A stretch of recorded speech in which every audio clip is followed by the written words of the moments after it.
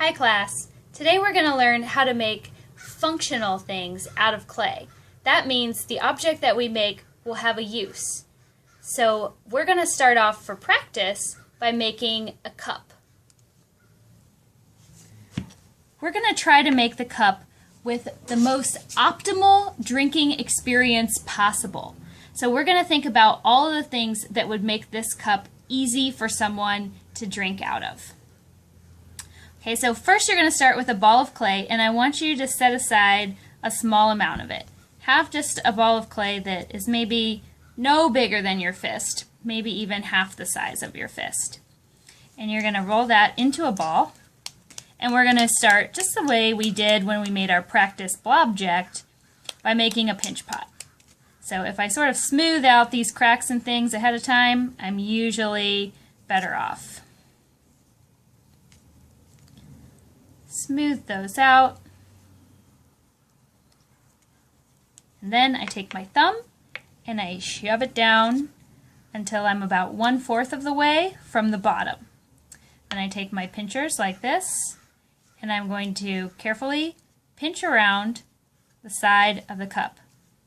Since I'm trying to make a cup and not a bowl, I want to be careful that I'm not pinching outward like this, but I'm pinching more inward towards the center.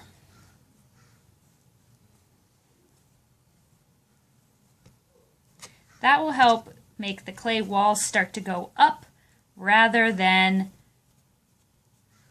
come out like a bowl. And I'm just being mindful that my walls are even throughout. So I kind of feel, if I feel a part that feels thicker, I pinch a little bit firmer. If it feels a little thinner, I try not to pinch as much. Being responsive to the clay, feeling the clay as I go, and thinking about what needs to happen with each pinch that I make.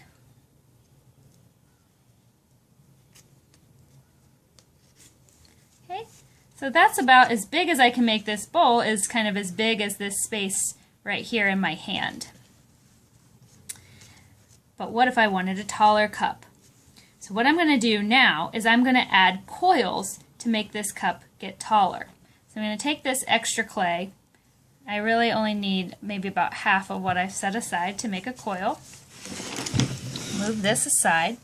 And to roll a coil, I'm going to start by kind of squeezing it into a log shape, putting it on the table like this.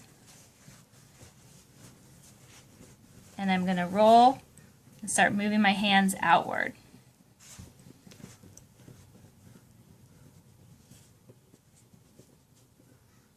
Okay, and I want my coil to be about as thick as the rim, maybe a little bit thicker.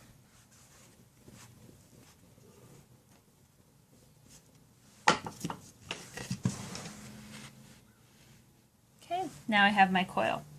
To attach the coil, I'm first going to score. Anytime I'm putting two pieces of clay together, I have to score. I'll score the top of my coil as well.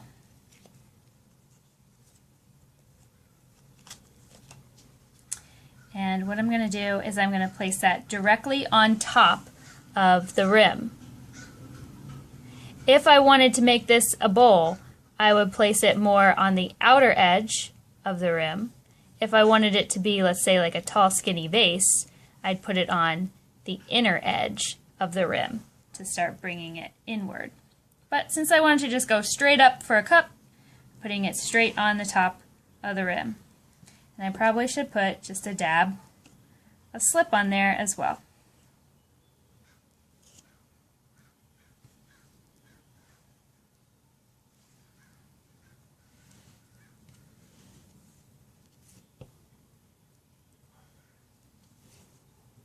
Okay, once I got all the way around, add that coil on, pushing it firmly together.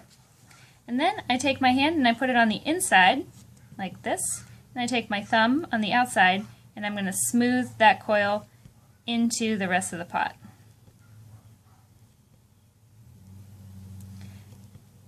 Don't be tempted to start adding on a bunch of coils and then trying to smooth them all at once.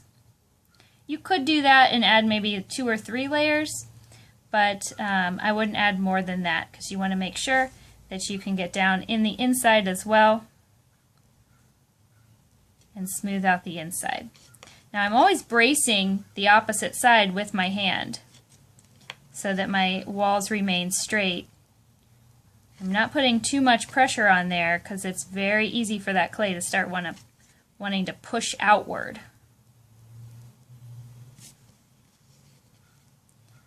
This is oddly satisfying, isn't it?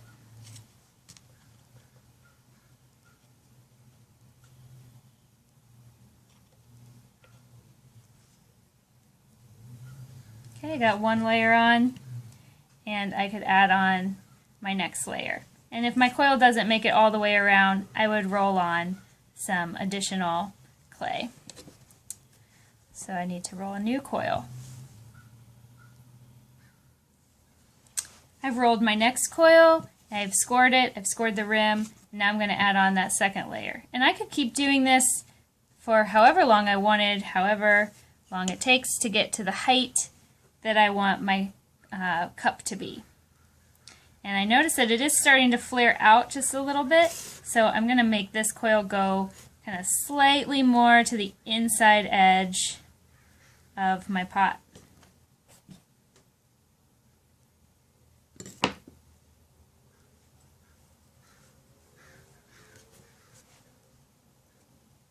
And I'll go ahead and smooth this one on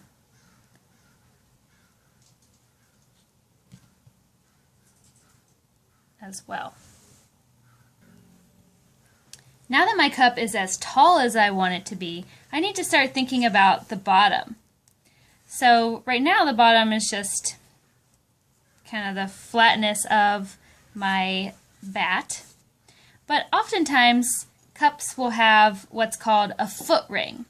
So it's just a small amount of clay that elevates the cup off of the table and allows us to glaze more of the cup. So this is the foot ring is the only part that remains unglazed. There's an example. Here's another example of a cup with a foot ring. And any pot could have a foot ring. Here's a bowl that has a foot ring as well too. So what I'm going to do is I'm going to roll another coil, which I did, and I'm going to make a little foot ring for the bottom of my cup. Okay, and whereas before I was smoothing in my coils so that it looked like just one piece of clay, I kind of want my foot ring to have a little bit more of an edge to kind of stand out the way that this one does. So I'm not going to smooth it completely in.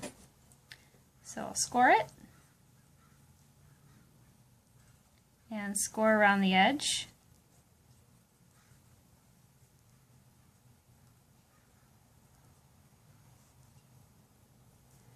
Add a bit of slip.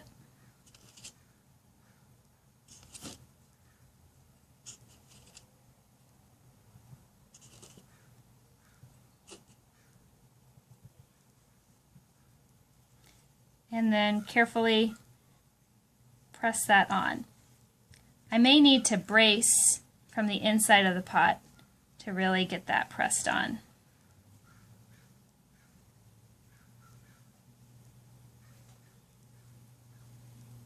And like I said, I'm not going to smooth this seam right here. I'm going to leave that line. And maybe even later I'll take my mark out tool and kind of make it even nice and cleaner. But that's something I can think about tomorrow when I start to refine this piece. Today I just want to get all the parts built. Now if I think that this was a cup for hot beverages, maybe it would be more ideal to have a handle on there. If it's for water or a cool beverage, then maybe it doesn't need a handle. Although these kind of ideas vary by culture. A lot of Japanese pottery is meant for serving things like hot tea, but they wouldn't necessarily have handles. So it's just kind of your preference, how you think the pot will function best.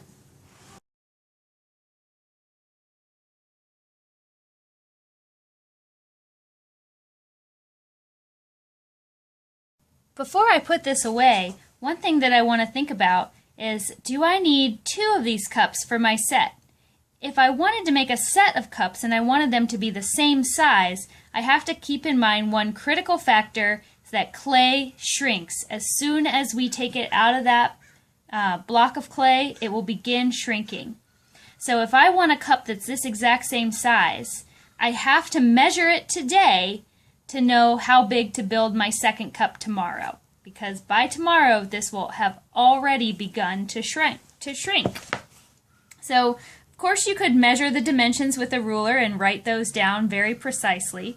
One easy way that I do it is I just trace in my sketchbook some of the critical dimensions. So for example, I'm going to trace the foot ring, and I write that down. Oops. And I'm going to trace the diameter of the mouth.